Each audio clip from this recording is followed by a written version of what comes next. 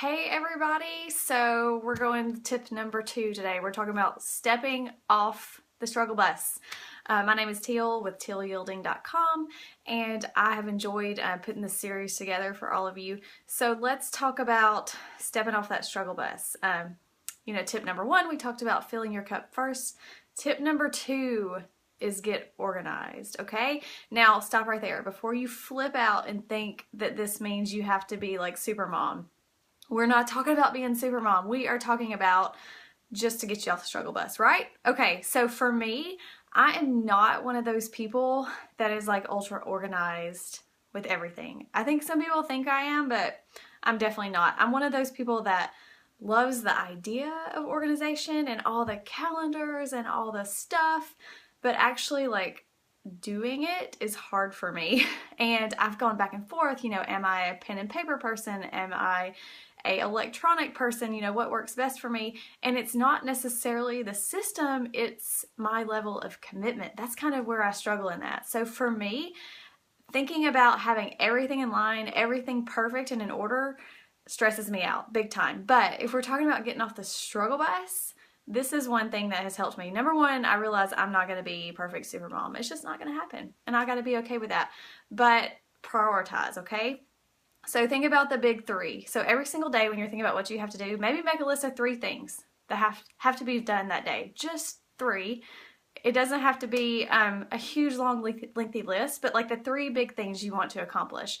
The rest might get moved to another day. Not a deal breaker. So don't stress yourself out about that. Prioritize what you want to do. It's not about being perfect. It's just about getting it done. Sometimes done is better than perfect, and I have to remind myself of that a lot. So figure out what works for you. For me, I work from home, so time management is kind of key. I can't get caught up into like watching television or sucked into the Facebook news feed, things like that. So I have some things that I do that help me with what I do day to day. So I don't watch TV. We don't have cable anymore.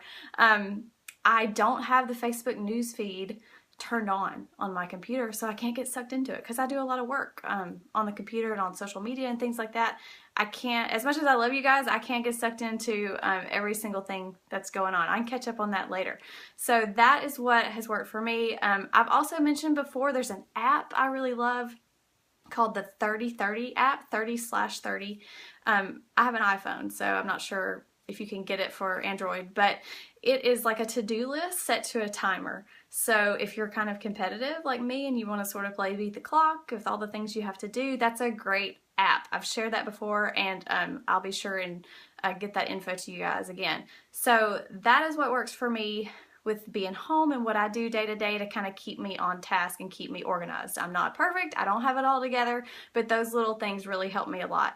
So another thing that is huge is learn to say no. And that's so hard. That's so hard because we want to be able to do everything that we're asked to do, right? I have a really hard time saying no, and you're not going to be able to be everything. You're not going to be able to be, PTA this and room mom and team mom and this and this and this and volunteer. You will spread yourself thin. You're never going to be able to give your best when you're spread completely thin. So learn that it's okay to say no. You don't owe people an excuse for why you have to say no. Sometimes you just can't do it, and that's okay. So learn that it's okay to say no. Don't sweat the small stuff. This one's hard for me because I'm the type of person that if I do sort of have in my mind what the plan is going to be and it changes, it tends to stress me out. So learn to just kind of roll with the punches. My husband's job, in his job, he used to travel a lot. And it was a lot of like last minute, and he would get home from a trip and sometimes have to turn around and go out the very next day. And it was, for us, it was just a lot of stuff was up in the air for our family. And as stressful as that was at the time, it really helped us to be able to learn how to just kind of go with the flow, roll with the punches. Helped me work on my patience. So that was huge for me. So learn that even if, you think you've got a plan, sometimes the plan's going to change. Roll with it. You don't have to be perfect. It's not a big deal. So figure out what kind of organization works for you. It doesn't have to be awesome. It doesn't have, you don't have to be super mom, but you know, go back to those big three. What are the three things you want to get done every day? And the rest, just kind of breeze through it. It'll be okay. We're going to touch on that a little bit later on, some ways to kind of help you not sweat the small stuff.